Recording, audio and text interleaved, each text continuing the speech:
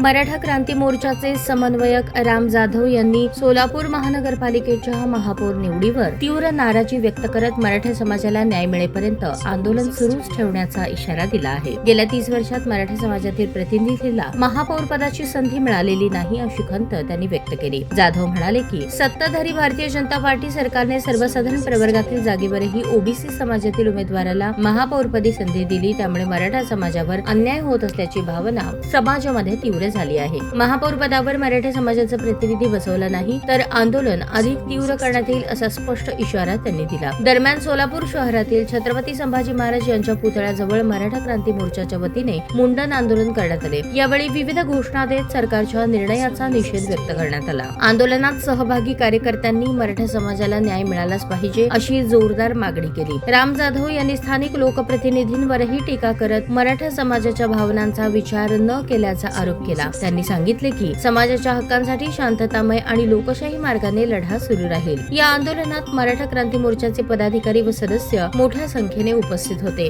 आगामी काळात या प्रश्नांवर आणखी व्यापक आंदोलन छेडले जाईल असा इशारा यावेळी देण्यात आला। ताज्या बातम्या पाहण्यासाठी प्राईम महाराष्ट्र न्यूज चॅनलला सबस्क्राईब करा।